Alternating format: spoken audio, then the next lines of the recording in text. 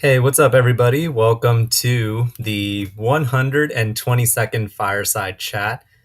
I can't believe we're at the 120s now already. It's not going to be long before we're at the 130s, 140s, and uh, knocking on the door of episode 200. We've just had so many great conversations here and on the Everyday Athlete Podcast Network, and just grateful to all of you for your amazing support ever since we launched the EAPN. Had a great conversation on Running Tales today for episode 6. Craig Lewis was on this morning, and What's in Your Earbuds was yesterday. Don't worry if you missed those. You can catch those on podcast.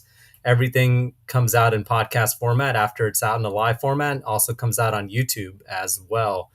Uh, so today's guest is somebody who has not only had an article written by writer Holly Sick, but has also told her how it all started on our website.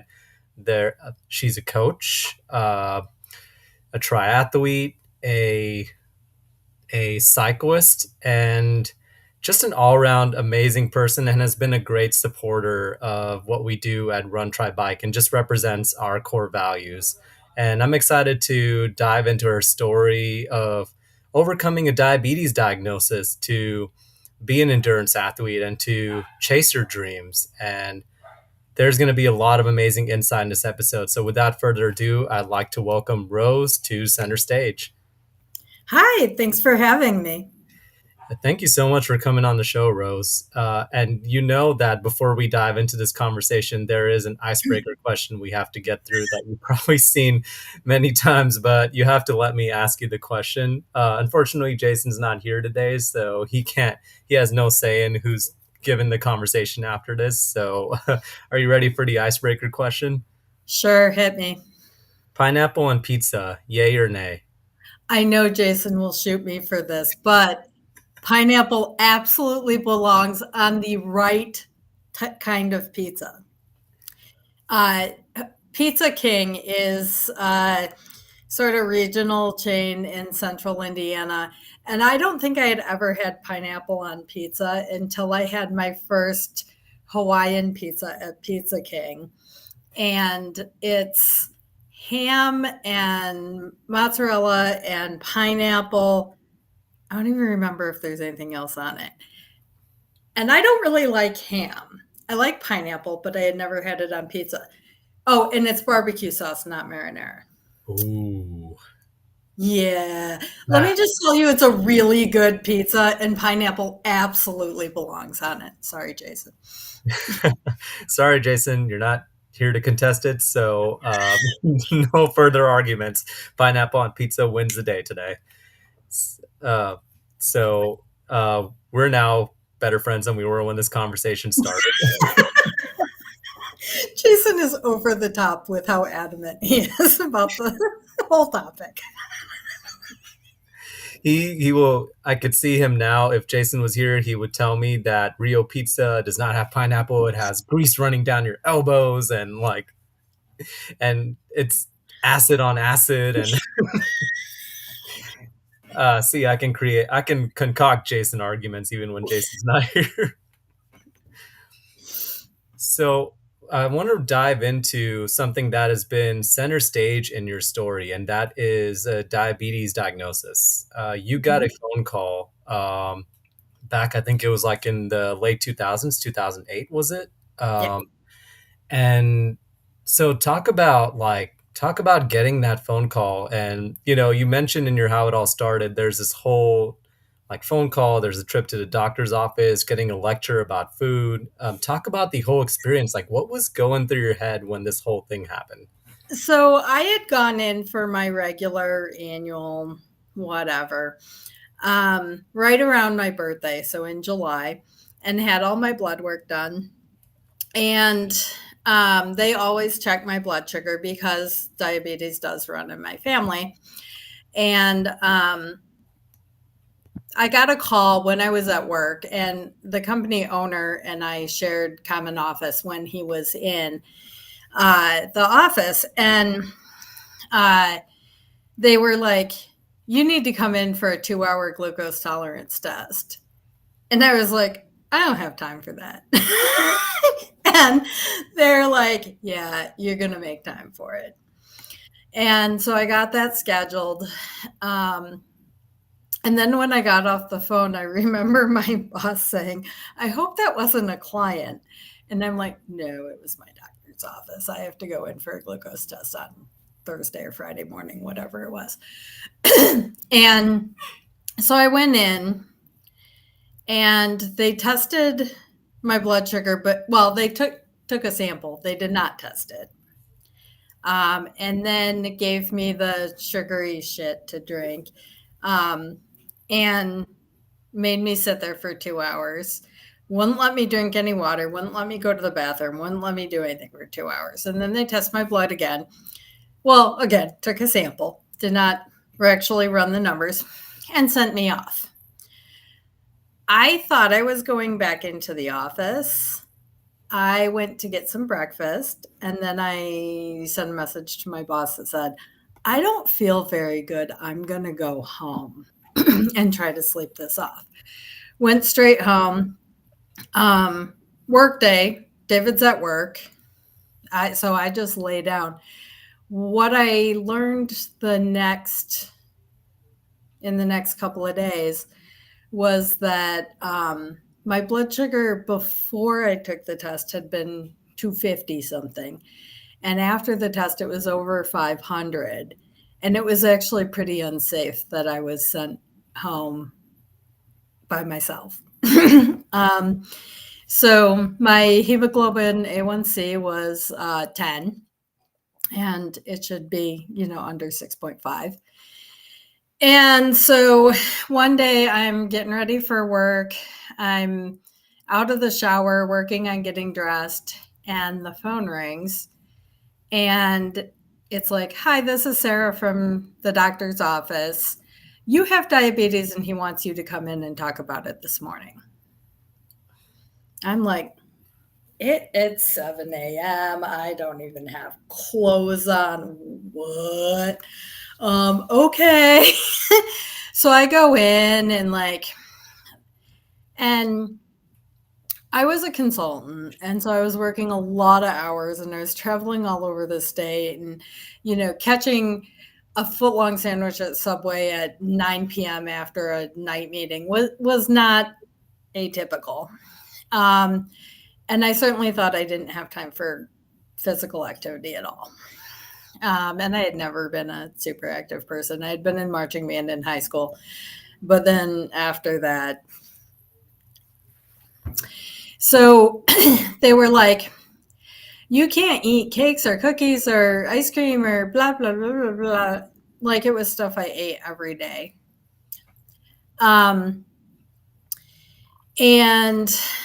I had to go to a diabetes education class that was 3 full 8-hour days spread over a couple of weeks. And I'm like, yay, I'm taking my limited paid time off to go learn about this disease I don't want to have and don't want to deal with, and whatever. But I had decided we owned a treadmill. We kind of called it the storage treadmill, because we would just like hang stuff on it. We had a storage piano when I grew up. It was near the back door, and you would just kind of come in and dump your stuff on it. And nobody played piano, so nobody cared that there was stuff on it. Well, nobody used the treadmill, so it didn't matter that there was a laundry sitting on it, right? And then I was like, well, maybe I should start walking, 20 minutes a day or something. So I did the day I was diagnosed after I slept off all the sugar. And I actually recorded it in my paper blood sugar log that I was using at the time for when I was finger stick testing. And I still have that logbook. And that was how I first started recording my workouts at the time. And that was really the beginning of what has now been 16 years with not more than 3 consecutive days without some kind of exercise. That's incredible. And I also just find it fascinating when, like, you can actually go, because I'm very much a dates guy myself. I can remember the first day I ran a quarter of a mile and started my run journey 6 years ago. So it's fascinating to me when somebody can say, I have the log. I remember the first workout I did that started this journey. And it ties back into such a significant day in your life. And um, I want to like take a step back here because one of the things you mentioned, both in your interview with Jason and just now, is that you were a consultant that worked long hours. Work took priority in your life. Physical activity was the last priority in your life. So, what when you got that diagnosis, was it like a sudden shift or a click in your brain, or was it something that started to happen over time where you realize like you need to make this, you want to make this a priority? So I kind of always knew I would be diagnosed at some point in my life, just given my family history and knowing that I wasn't making fantastic lifestyle choices. I expected it to be in my 50s or 60s, like it was for most of the people in my family. I was 32 when I was diagnosed. Wow. I'm like, oh, snap. This is not good. And people in my family tend to live very, very long lives, no matter if they're super healthy or not. So, in 1 month and 7 days, my last surviving grandparent will turn 100 years old. Wow, that's incredible. All of my grandparents lived well into their 90s. So I was like, well, if I'm going to live into my 90s, with now I have this lifetime disease, maybe I need to manage it because I don't want to be living into my 90s without limbs or having to do dialysis all the time or any number of other complications that are very real with diabetes. And so it was pretty much a big switch where I was like, okay, I have to do this now. Um, and so even though I was an outdoorsy kid, like we were sent outside to play and, be home when the streetlights are on because we were feral Gen X kids. Um, and we belonged to the neighborhood pool, and I would go to Girl Scout camp and band camp. And so I was, and I grew up in Michigan, so I was an outdoor person. But when I started walking, I was like, I don't want anyone to see me. I don't want to. So I was on the treadmill. Now I won't get on the treadmill at all. The doom machine. I understand it's a tool and a resource and that it works fantastically for some people. I am not that people. It isn't my jam. I am not that people either, and that is another thing Jason and I disagree on very much. I tell him it's a doom machine. It feels like even if I've been on it for 30 minutes, it's actually been 7 seconds. The last time I was on a treadmill, and I have that was this year actually. I bought a pair of Nike Super shoes, and we thought I should test them on a treadmill so that I could return them if they didn't fit or if they felt terrible. So I ran a single mile on a treadmill in the Nike Super shoes just to make sure that they fit correctly. And then I promptly changed shoes and went outside and did the rest of my run. I love that you did the mile, you did the test, and you're like, nope, I'm out of here, straight to the outside. Yes. Yep. Because the gym I went to is right on a rail trail. So I was like, peace out. I'm doing the real mileage outside. So speaking of the doom machine, I'll call it. You started out with that treadmill walk, and then it's something that you continued for a while, and then your friend introduced you to a 3 mile event. Tell me about that.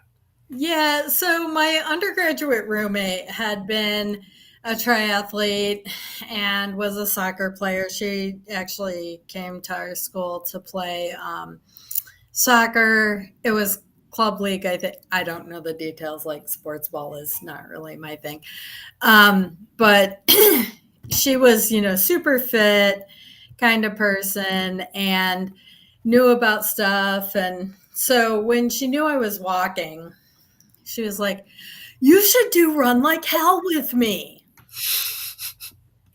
It was a 3-mile costume race on the downtown canal in Indianapolis. And I'm like, "Wait, you want me to do what?"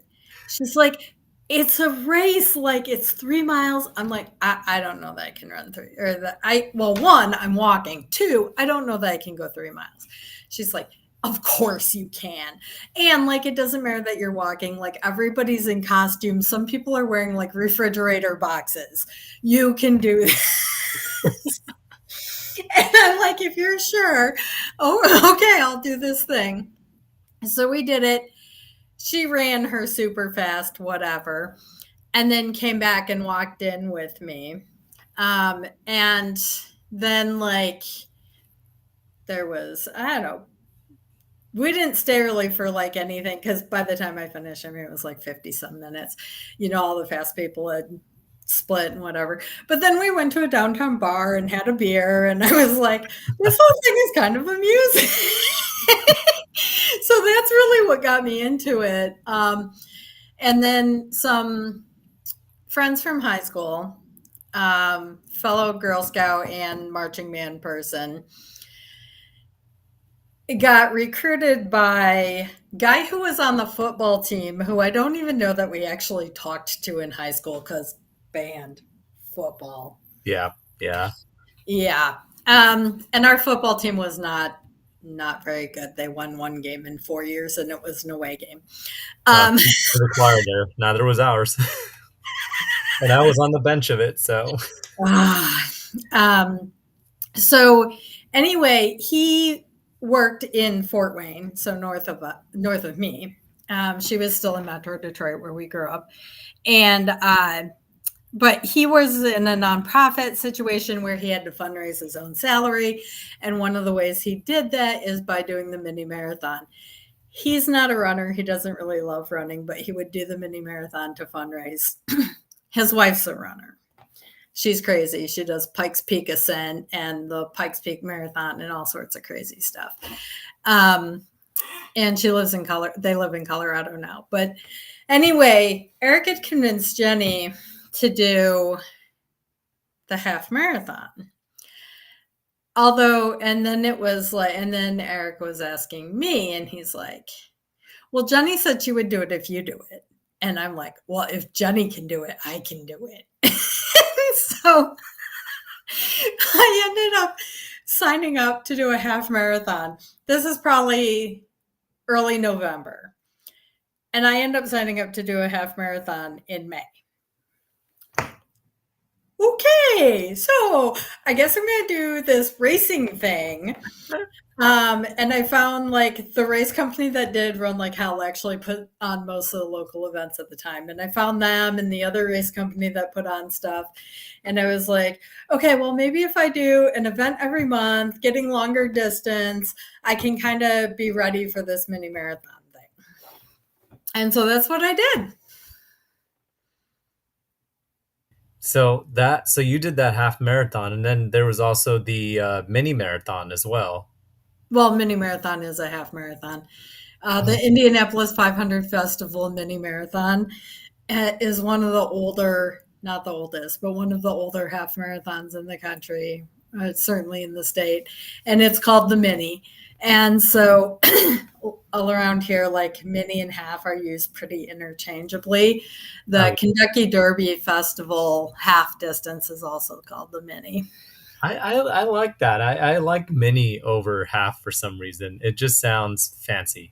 For a while in the half marathon community, there was an effort to get it to be called a Pakermi because apparently the town Pakermi is halfway between Athens and Marathon. I had a T-shirt and everything. The, Uh, the that whole thing kind of fizzled out, but it was a moment in time. Oh, that's got to be like a rapid fire question. Would you rather call it the half, the mini, or the Pakermi? Yeah, I bet a lot of people are going to just say Pakermi because it sounds so. because it counts weird. Yeah. Yeah, yeah.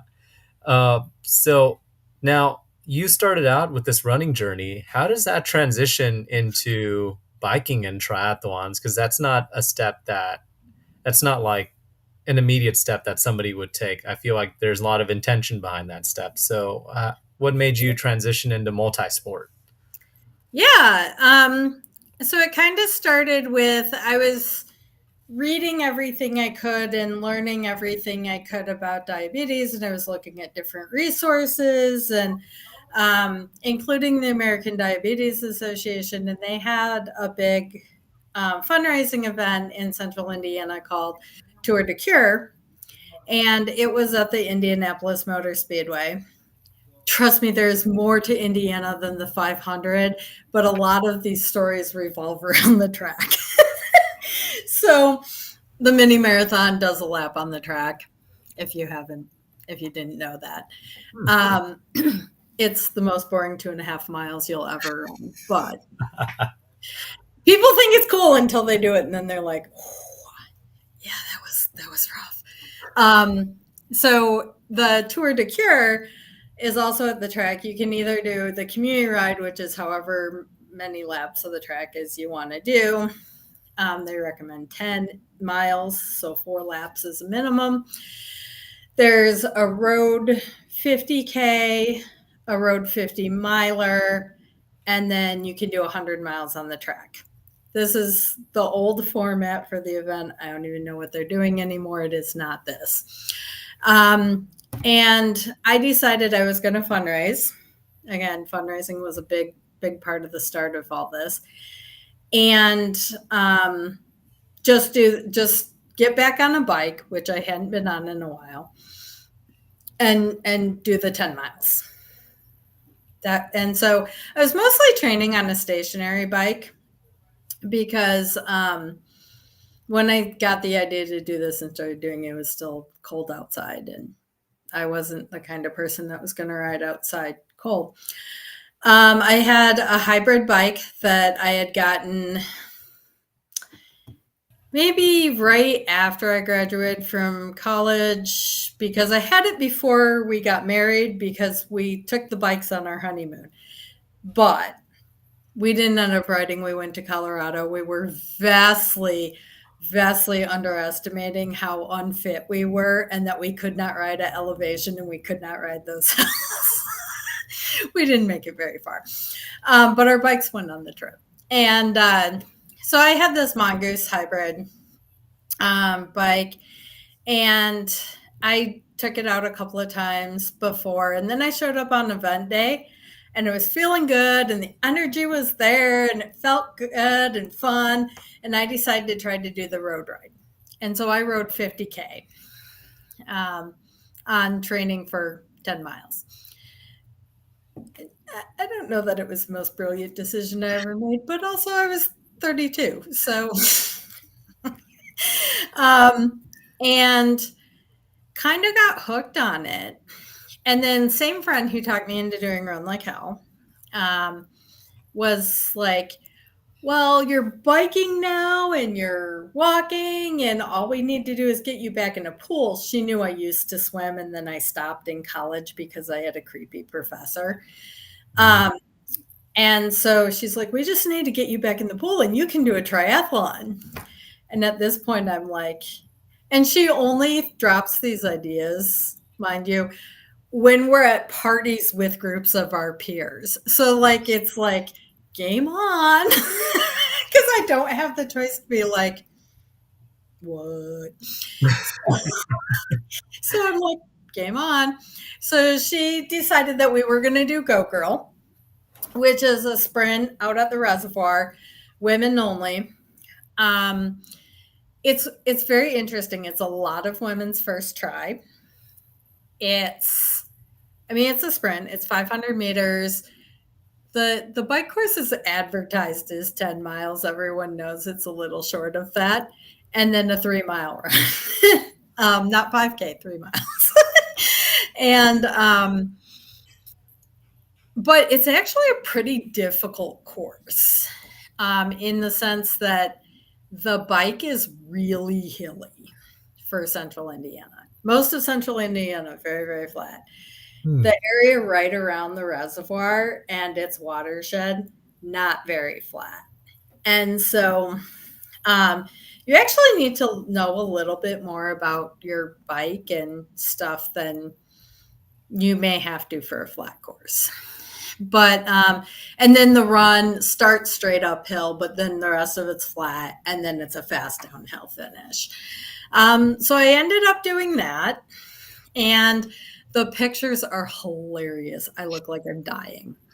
I I had worn a swimsuit and then threw bike shorts and a jersey on over that. My jersey is like cockamamie on my body and like not correctly on, but I was wet, getting like a jersey on when you're wet. It's not Yeah. easy. And, Oh, yeah. you're just like, skirt, I gotta go.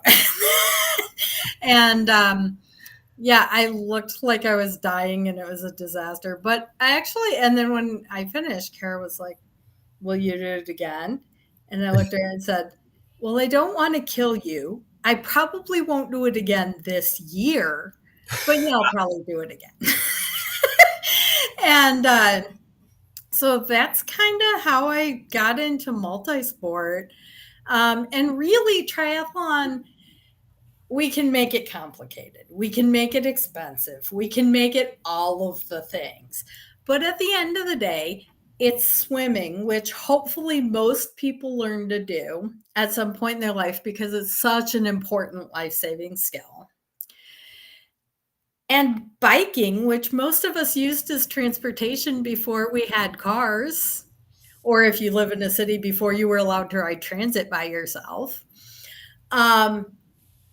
And running or walking, which is natural for kids. And then we stop most of the time as we get older, or we start to think of it as exercise instead of a punishment, instead of a joyful activity.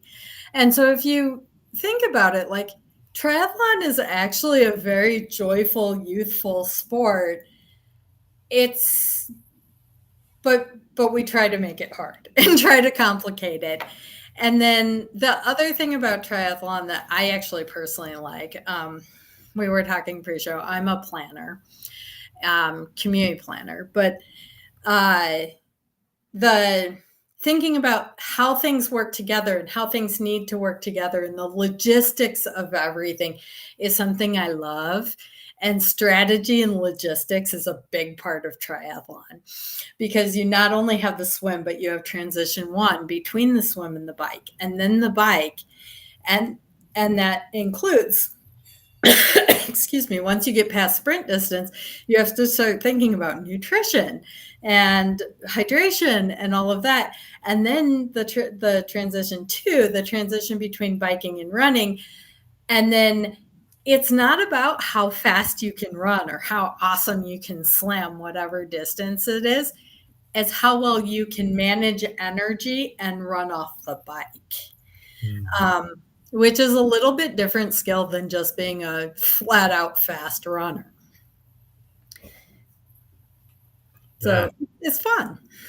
Yeah, I can imagine there's this balance between the nuances of the sport, but also like I feel this with running, but I also do like the point that you made about how we can make triathlon more complicated than it needs to be, especially as 99% of us are doing this as a hobby. And I think that running kind of started out that way for me too. It's funny to think about it now, but it's like, oh, I chose running because all you need is a pair of running shoes, workout clothes, and you can just get outside the door.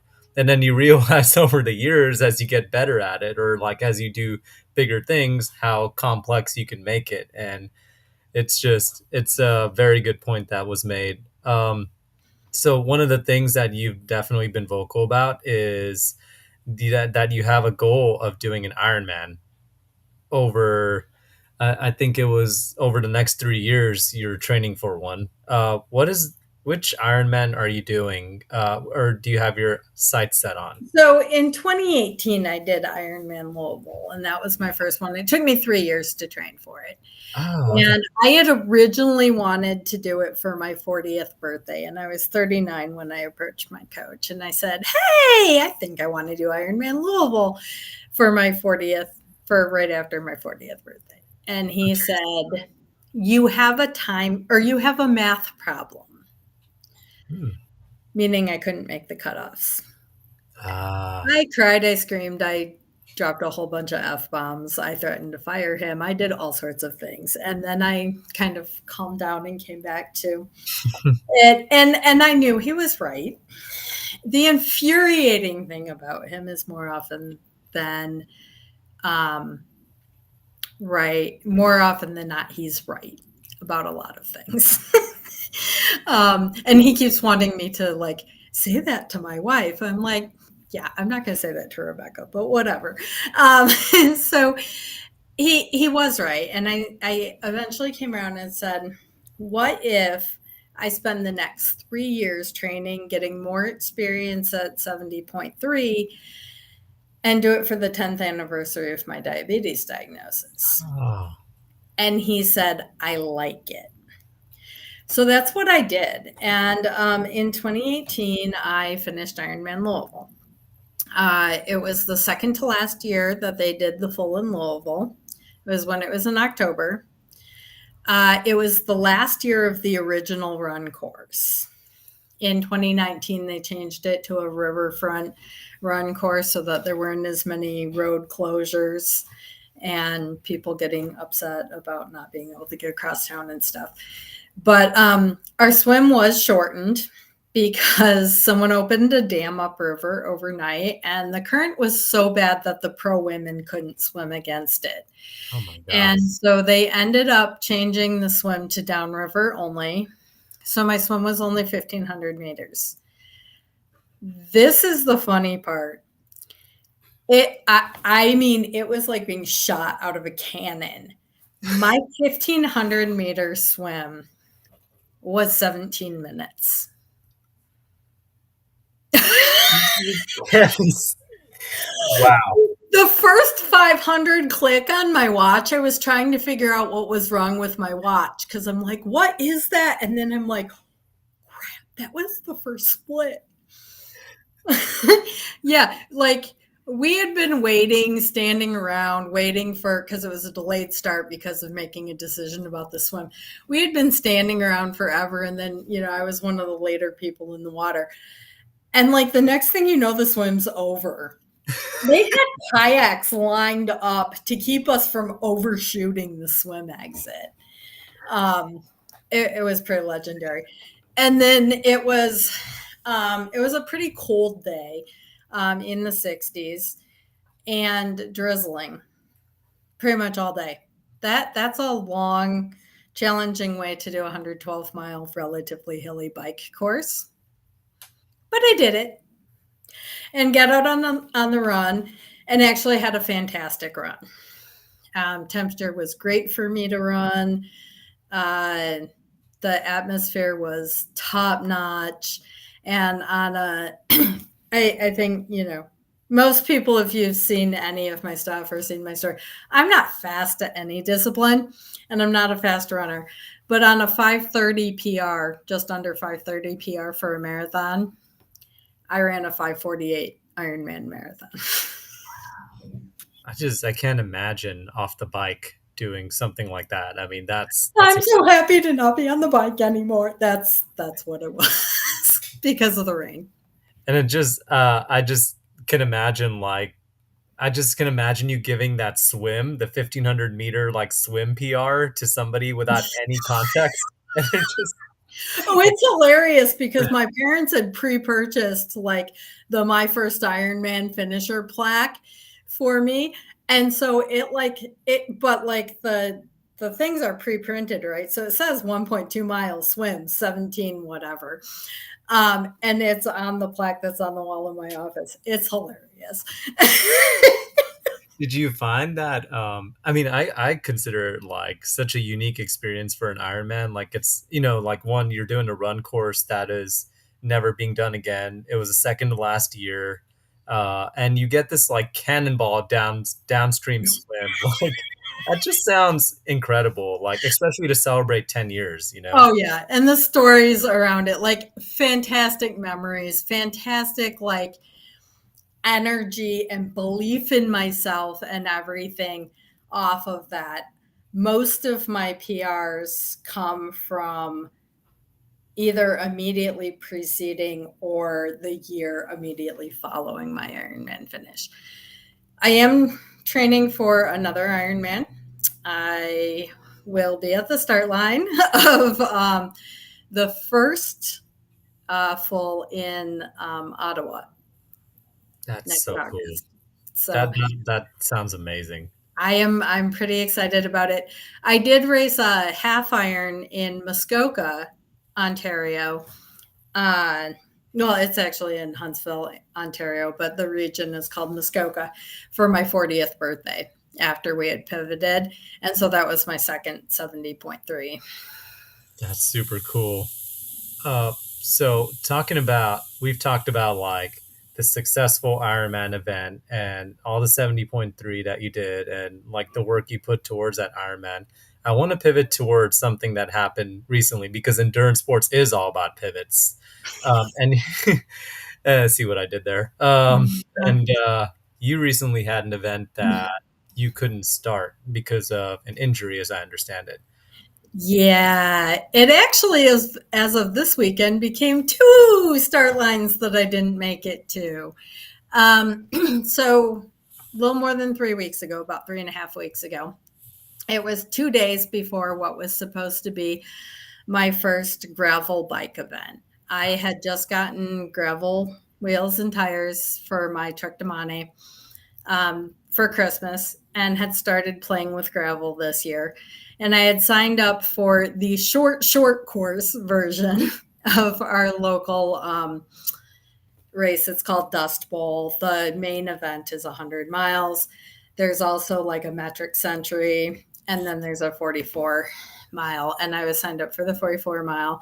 I had done the recon ride in April. That was 30 miles of the course. And I was training. So it was 2 days before I went out to train on some gravel.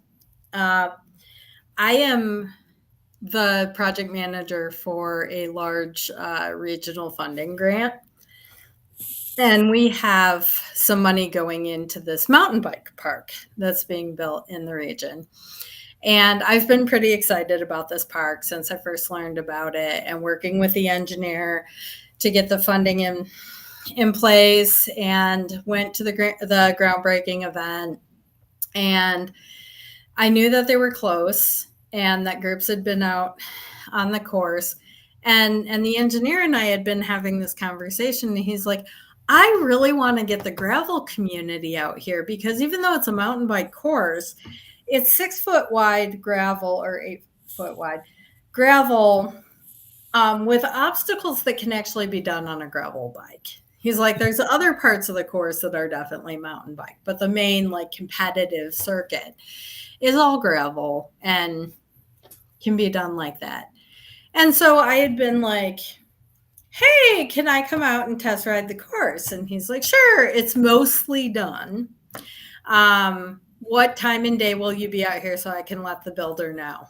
You know, and I said, 5:30 on Thursday. And he's like, cool, they'll be off site by then. You'll be the only one out there, but it's fine. Just let me know when you get there in case anybody calls. So did all that. Went out. I was a little scared of the course at first, so I was riding some of the construction gravel roads that are more like what I had been practicing on. And then I got on the course. And it was skill building and confidence building and a lot of things I wasn't used to, banked turns and stuff, and learning how to ride that. And I was feeling pretty good about it. Now, keep in mind, I ride gravel very slow, but I was having fun. It was building confidence. I was like, this is exactly what I need going into Dust Bowl. I knew that the course wasn't complete. I didn't know exactly what that meant. It's not like a normal infrastructure project out on the road where when something's under construction and a hazard, you mark it because people are still going to be there. Yeah. This is a park that nobody technically knows is there yet, and it's not open to the public. And There's so no as signage. nothing's marked as they're working on it, I And I've been a little quiet about exactly what happened because I totally believe in this park. It's done now. It's not open to the public until October. It's going to be safe and fantastic. And I don't want in any way anyone to think that this is a dangerous course. This is I was riding above my skill level on a course that was not done yet. And I was on a gravel bike, not a mountain bike. So no suspension. And I'm not a mountain biker, right? I'm a road biker. Mhm. I don't know how to jump. This becomes important. So I'm going along, and all of a sudden, I get to something that's clearly a change, but it's like a little bit down, so I can't really tell. By the time I realize that it is a trench that will eventually have a pipe in it and be covered and be a pop over obstacle, but right now it's a trench, I can't stop. There's no way to go around it. Back to I can't hop it because that's not how I ride and I have no suspension. I see it with enough time to go, I'm going to crash. And No. I did. My helmet did its job in a lot of ways. It protected my head from any head trauma, any cognitive disability, any concussion.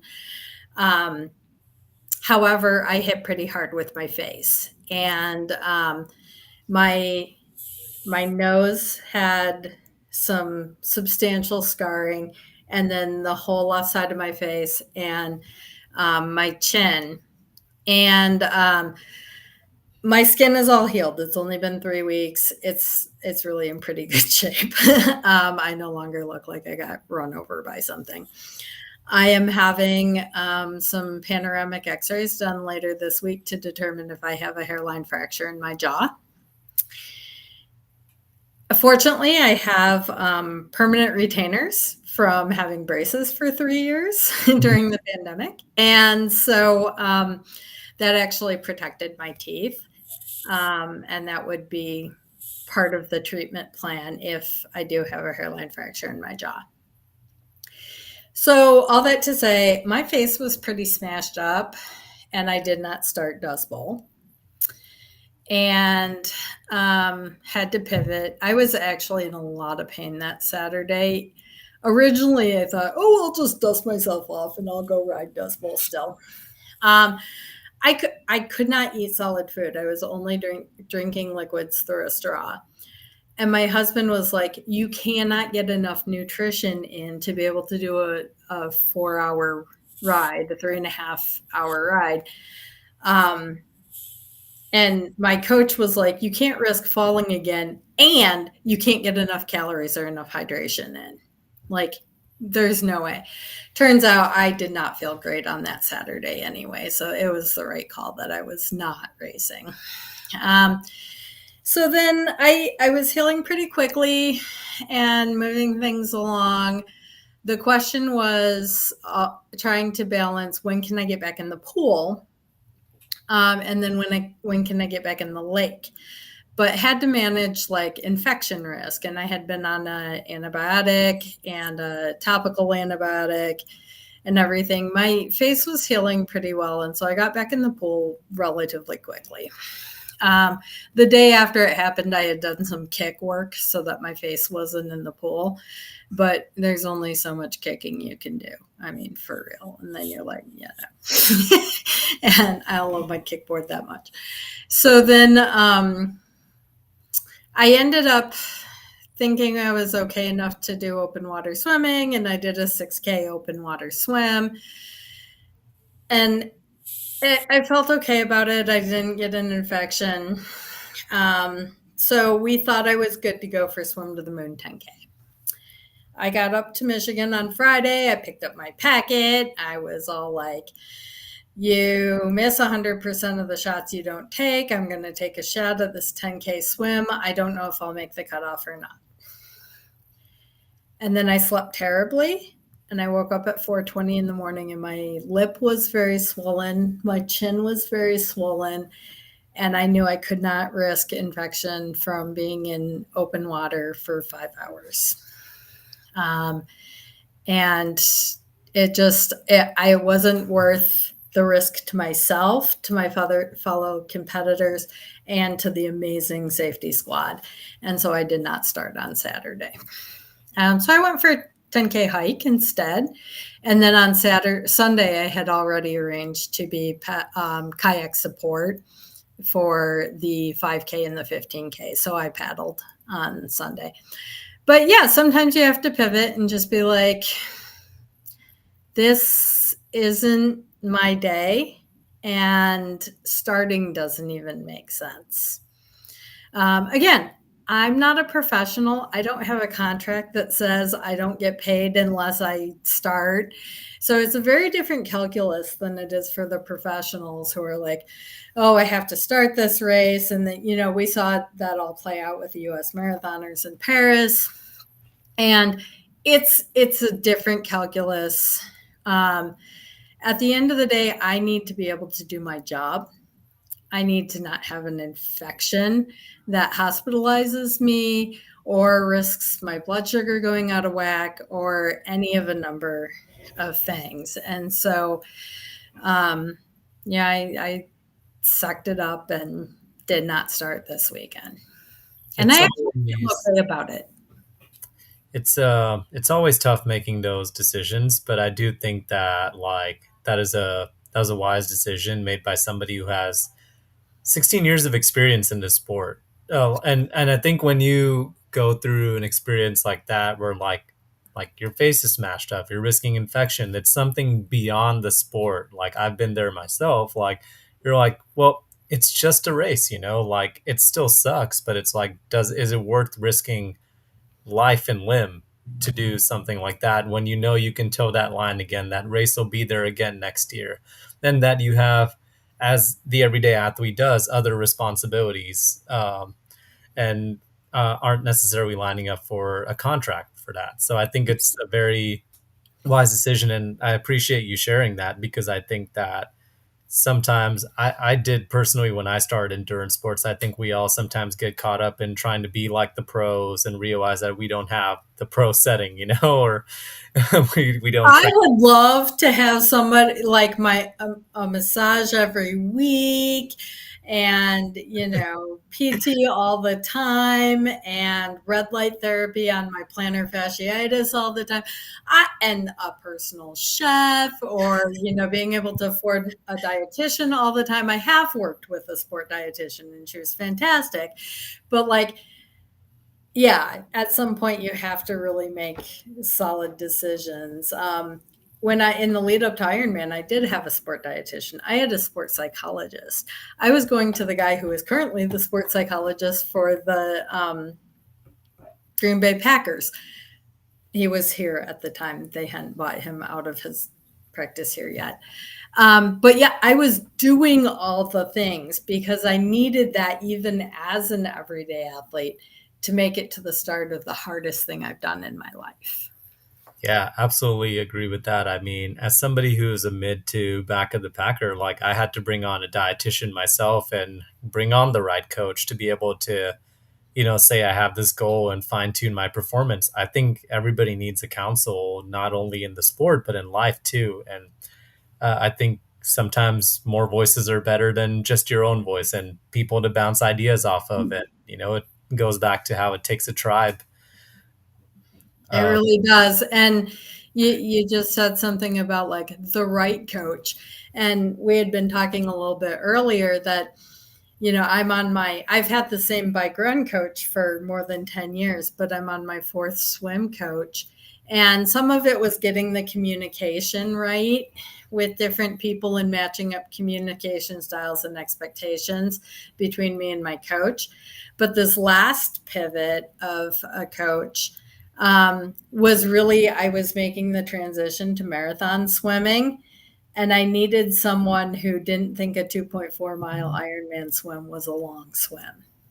I was training for Mackinac Island, which was an 8.2-mile swim that I did last year. That's a different a completely different approach to swimming. That's learning how to do nutrition while you're swimming. That's learning how to do lots of things while you're swimming. And so I needed a coach that was experienced at that type of swimming. And I also lucked out. I have a coach who also has diabetes and knows how to manage that while doing the long events.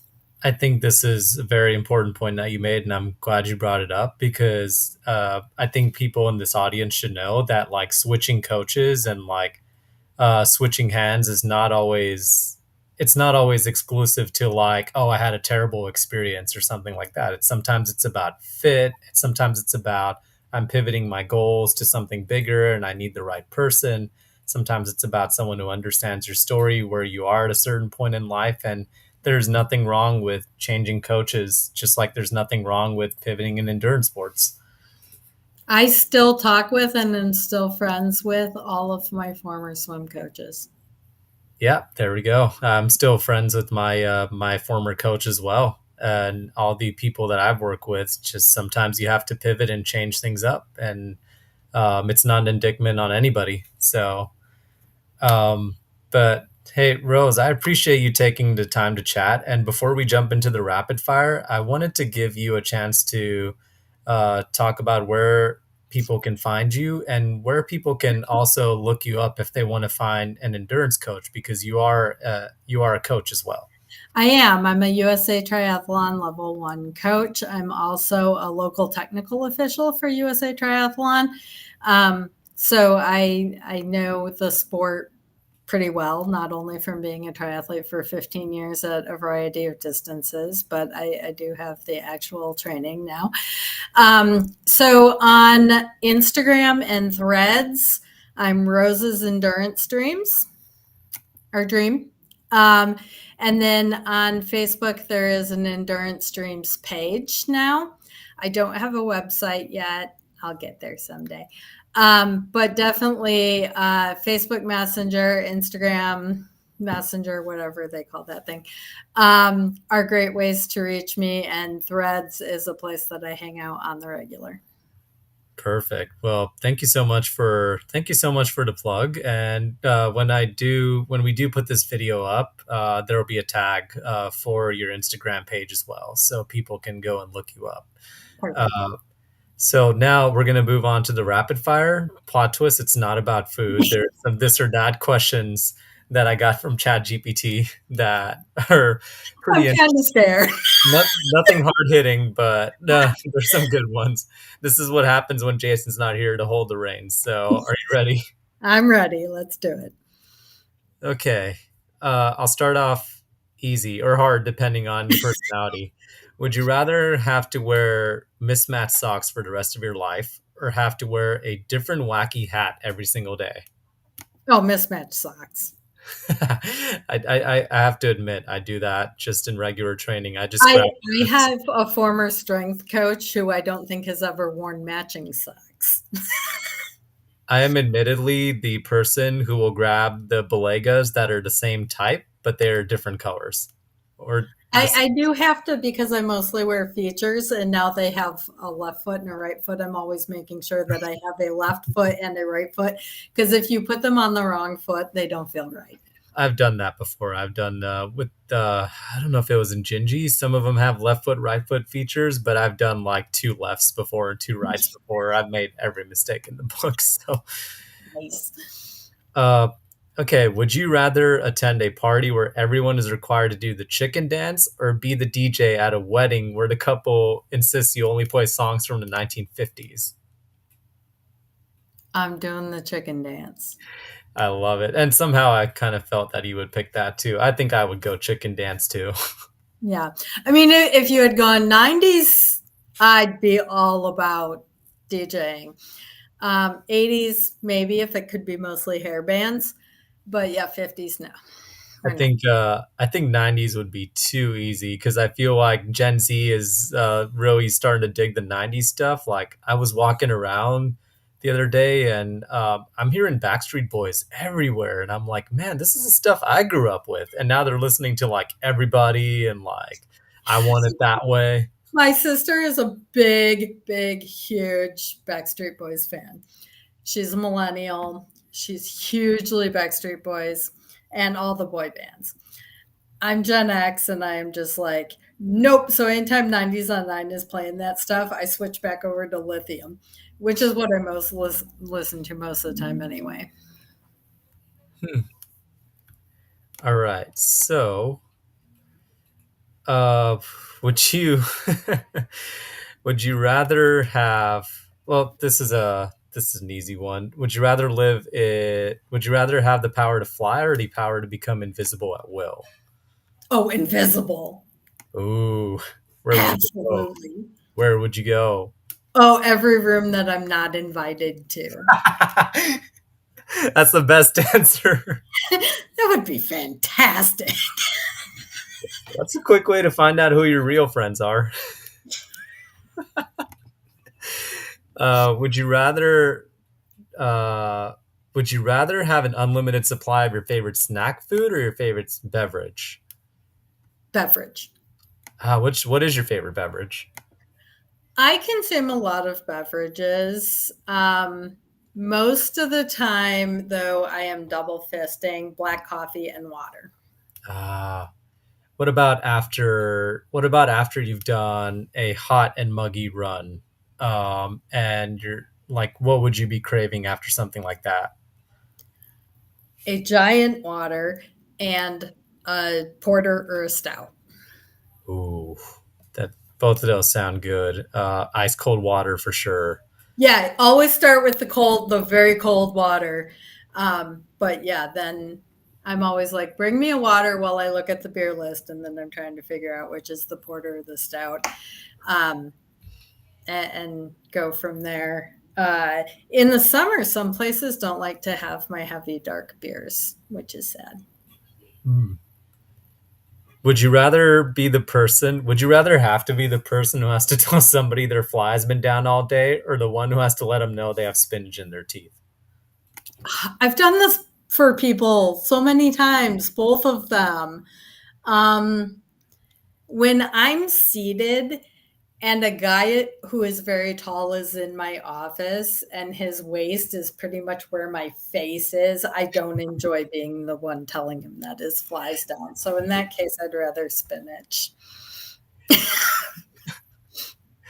All right, last one for you. Would you rather be able to speak every language in the world or have the ability to read minds?